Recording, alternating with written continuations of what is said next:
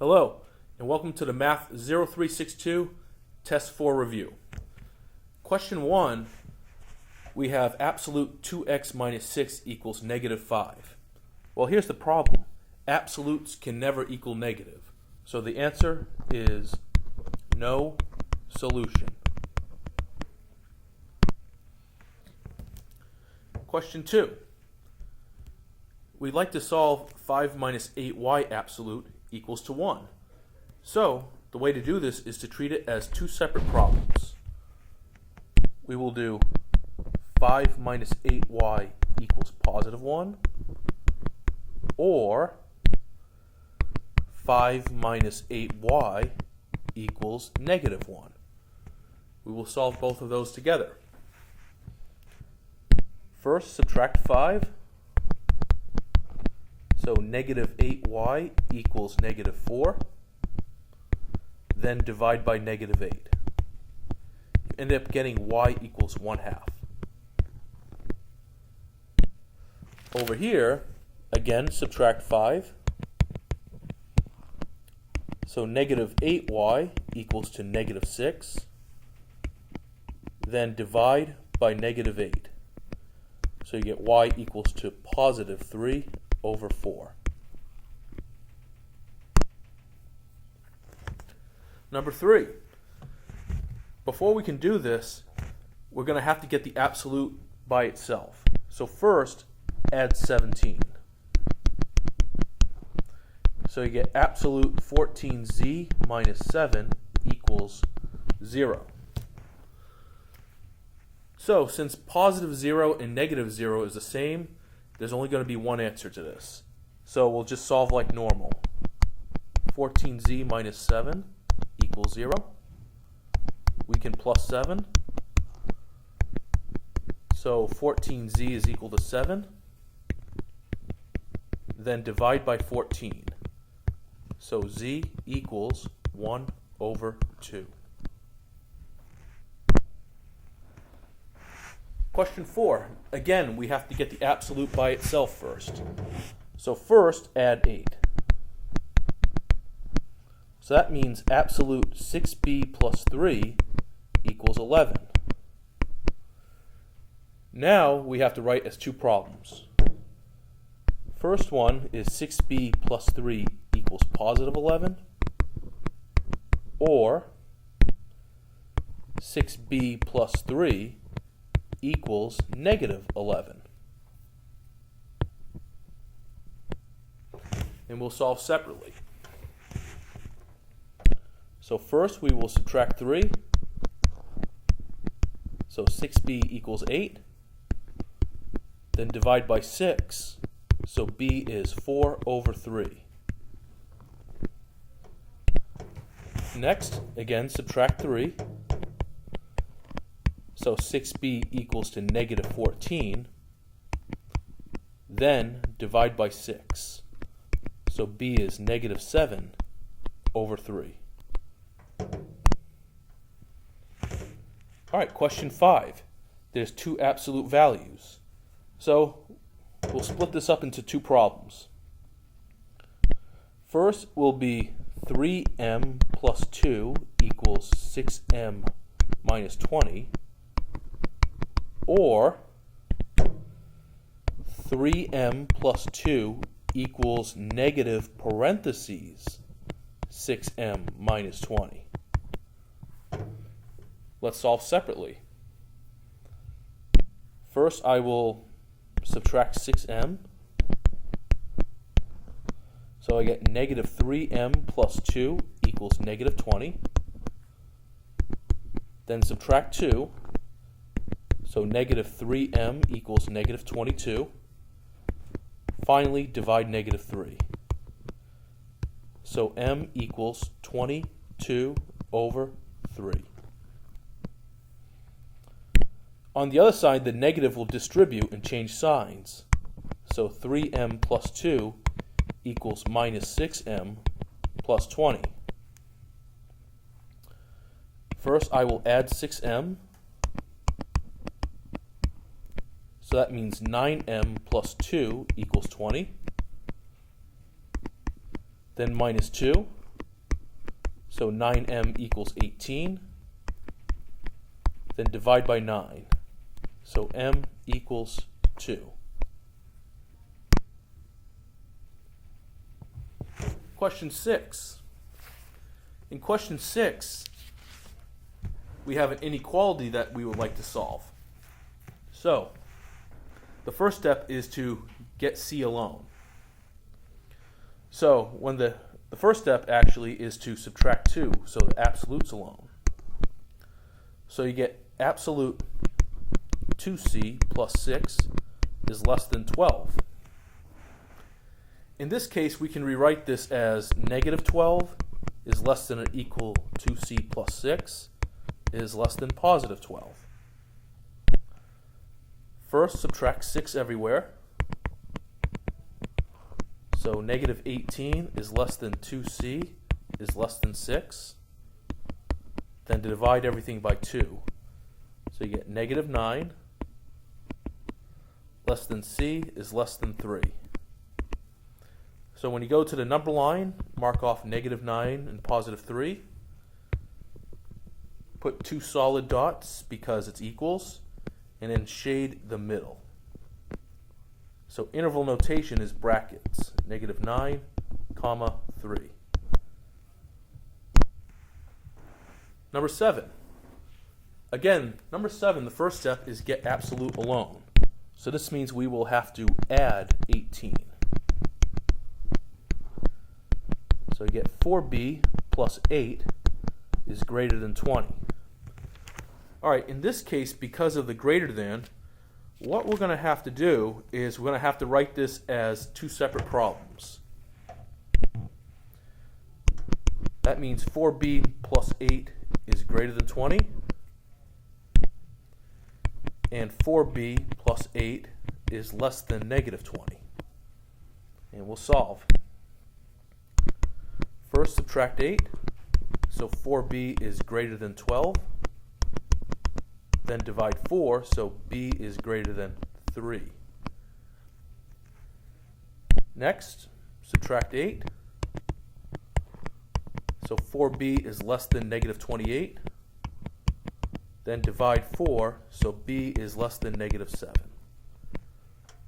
So we'll go to the number line, negative 7 and 3. In the case of greater, that means you're going to have 2 answers. We'll put open circles, and we'll shade one side to the left and one side to the right. So in interval notation, that becomes negative infinity to negative 7, union 3 to infinity.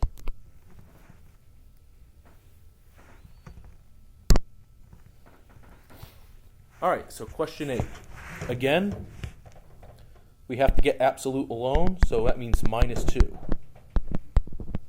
So 3x minus 6 is less than 18.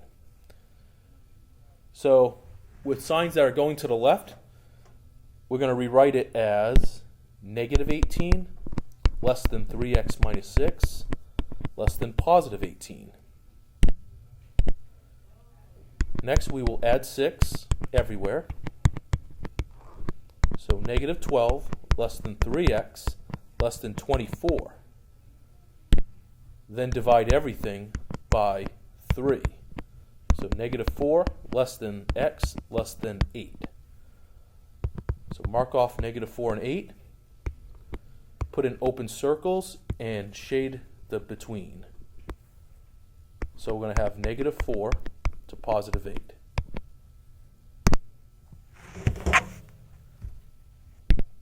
All right, number 9, again, get the absolute alone. So first, plus 3. So absolute 2x plus 5 is greater than or equal to 11. All right, so we'll create it as 2 separate problems. 2x plus 5 greater than 11, and 2x plus 5 less than negative 11. We will solve separately. So minus 5 means 2x is greater than or equal 6.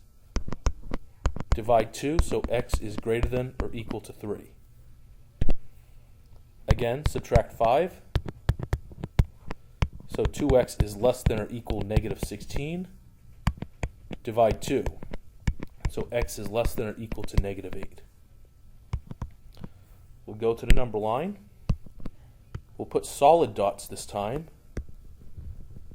And in this case, we're going to have two answers. So it goes negative infinity to negative 8, bracket, union, bracket, 3 to infinity. And that's the answer. Question 9 would like us to graph the inequality. So when I look at this, I see that it's already in slope-intercept form. So what I'm going to do is I'm going to graph it. So the slope is negative 1 over 2, and the intercept is negative 7, is 0, negative 7. So I will first put a point at 0, negative 7, which is down here. Negative 1 over 2 means go down 1, 2 to the right. So down 1, 1, 2 to the right. I'm going to connect the dots, but I'm going to use a dotted line because there's no equal sign.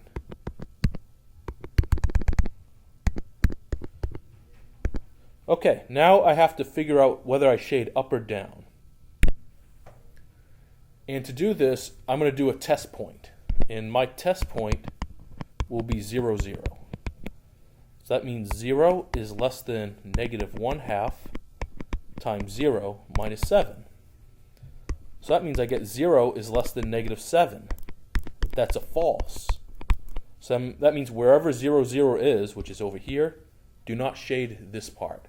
So I'm going to shade underneath the line, like so. And that's it. All right, number 11.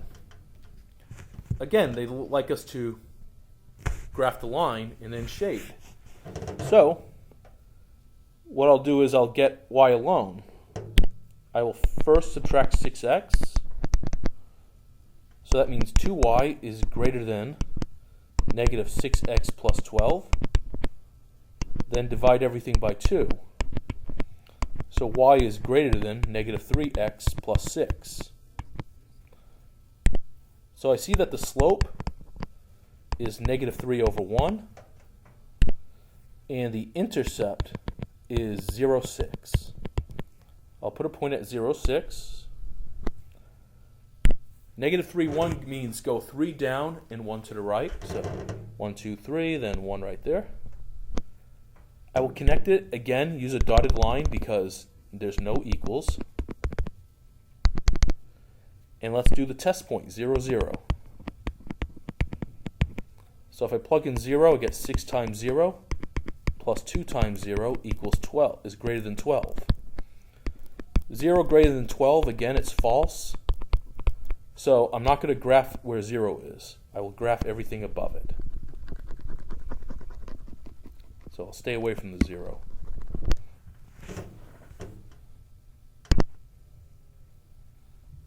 All right, question 12. We have two lines to graph. All right, the first graph, I see that the slope is 3 over 4 and the y-intercept is 0, 2. So first graph 0, 2, which is right here. Then go 3 up, 4 to the right. 1, 2, 3, 4. I'm sorry. 1, 2, 3. 1, 2, 3, 4.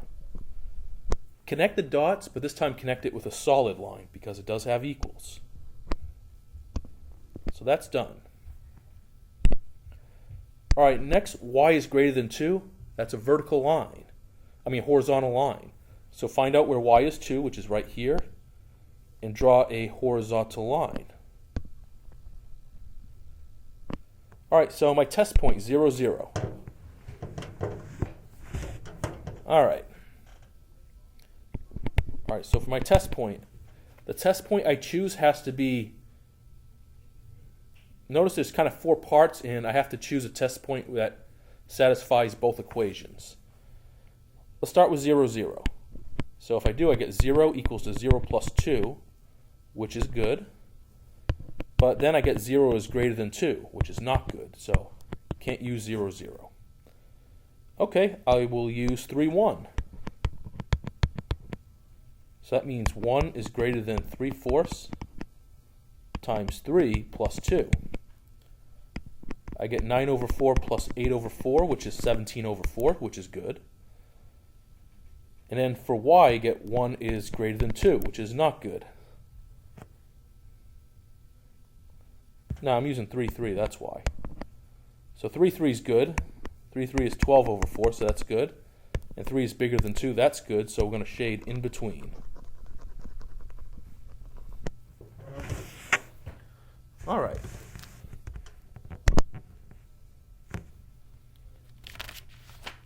All right, next they'd like us to graph this equation. So first, x is less than negative 3. That's a vertical line. So find out where x is negative 3 and draw a dotted line because there's no equals. So something like that.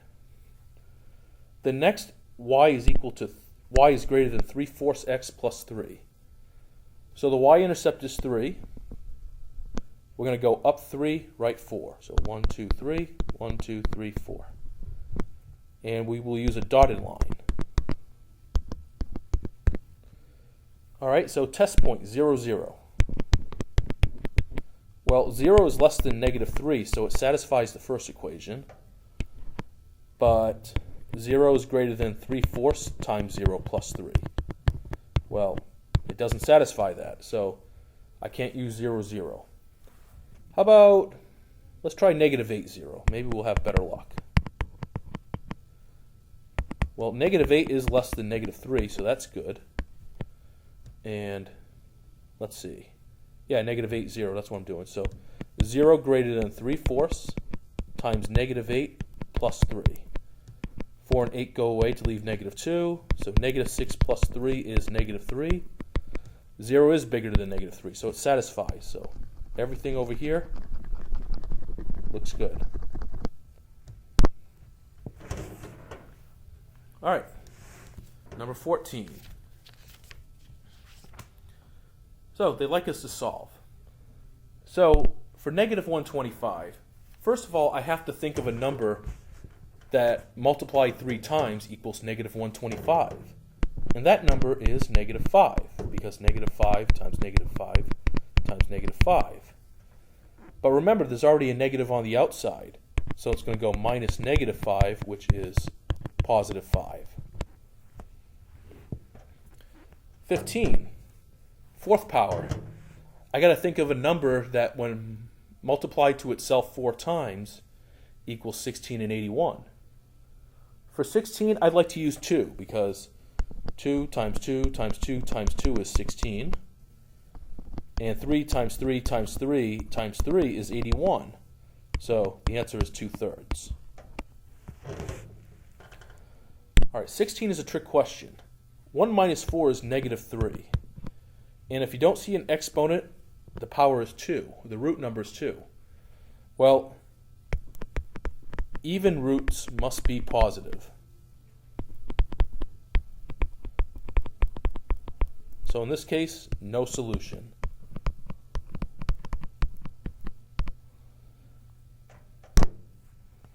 Question 17. They'd like us to rewrite in radical form and solve. Well, 1/2 is the same as square root. So this is the same as square root of 121, and that's equal to 11. And 18, 4 to the half, that's the same as square root of 4 and square root 25. Square root of 4 is 2, square root of 25 is 5. For negative 216, that's the same thing as doing cube root of negative 216. And a number that the cube root of 216 is actually 6, because 6 times 6 times 6 is equal to 216. So we're going to get negative 6.